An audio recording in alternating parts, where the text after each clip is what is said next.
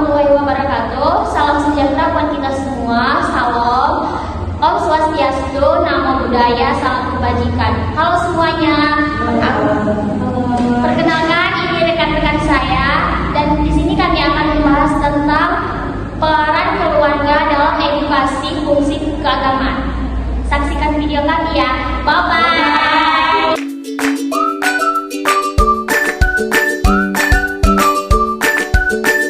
Definisi dari keluarga menurut Dr. Logan yang menguraikan bahwa keluarga adalah sekumpulan orang dengan ikatan perkawinan, kelahiran, dan adopsi untuk bertujuan mempertahankan budaya dan meningkatkan perkembangan fisik, mental, emosional bagi setiap anggota keluarganya. Ada beberapa hal yang harus diperhatikan orang tua dalam mendidik anak, antara lain mendidik keteladanan, nasihat, adat dan kebiasaan. Dalam setiap keluarga pasti memainkan peran penting dalam memberikan edukasi tentang keagamaan. Yang pertama adalah penganjuran tentang kesehatan. Bagaimana sih orang tua memberikan edukasi kesehatan? Yang pertama ada seperti mencuci tangan sebelum dan sesudah makan. Yang kedua mencuci tangan setelah beraktivitas.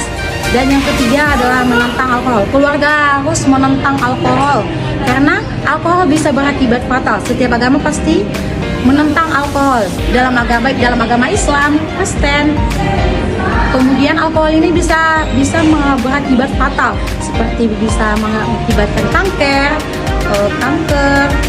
kemudian hepatitis, dan bisa berakibat penyakit jantung. Yang keempat ada diet. Dalam agama Hindu, diet sangat dianjurkan dikarenakan banyak sekali orang zaman sekarang memakan gula.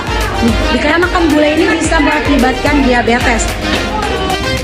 Kemudian yang kedua, implementasi agama dalam kehidupan sehari-hari seperti agama Islam.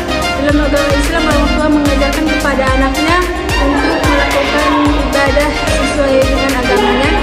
Dalam agama Islam, orang tua mengajarkan kepada anaknya untuk melakukan bagaimana cara berwudu, sholat, dan juga puasa. Orang tua juga mengajarkan kepada anaknya untuk bagaimana cara membaca kitab suci dalam kehidupan sehari-harinya. Orang tua juga mengajarkan kepada anaknya untuk tidak melakukan tindakan yang dilarang dalam agama seperti mengkonsumsi dan meminum yang diharamkan dalam agama seperti minuman keras dan alkohol. Orang tua juga mengajarkan kepada anaknya untuk tidak berbohong kepada orang lain dan jujur terhadap orang lain juga. Orang tua juga mengajarkan kepada anaknya untuk tidak melakukan atau mengolok-olok agama lain. Yang ketiga adalah dukungan spiritual dan hormonal dalam konteks agama. Nah, dukungan spiritual dan hormonal Hindu, pentingnya yoga dan doa. Yang mana hormonalnya adalah yoga dapat mengurangi stres. Kemudian dukungan spiritual dan hormon dalam Islam yang mana menganjurkan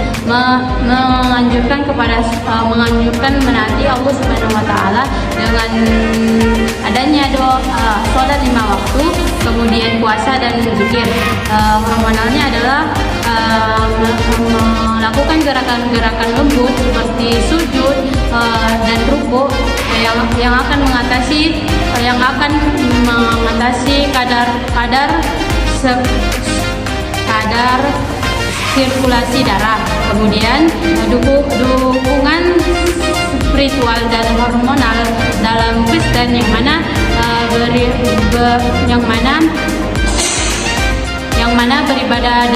beribadah di gereja. Hormonalnya adalah doa tersebut bisa mengurangi stres. Kemudian dukungan spiritual dan hormonal yang mana hormonal Buddha yang mana menekankan meditasi dan pentingnya kesehatan untuk kesehatan batin. Sebagai hormonalnya adalah latihan pernapasan Buddha dapat mengurangi stres dan khawatir. Kemudian yang keempat, pengelolaan stres dan kesehatan mental. Seorang orang tua akan memberikan edukasi yang baik kepada anaknya. Dalam agama Islam, zikir dan tawakal akan memberikan edukasi kesehatan mental kepada anaknya. Kemudian dampak positif edukasi agama dalam keluarga. Edukasi agama memiliki beberapa dampak positif seperti pembentukan karakter yang baik, etika yang baik, perilaku anak, mencegah anak untuk menghindari perilaku negatif, perilaku negatif seperti penggunaan narkoba, seks bebas, dan tindakan-tindakan lainnya.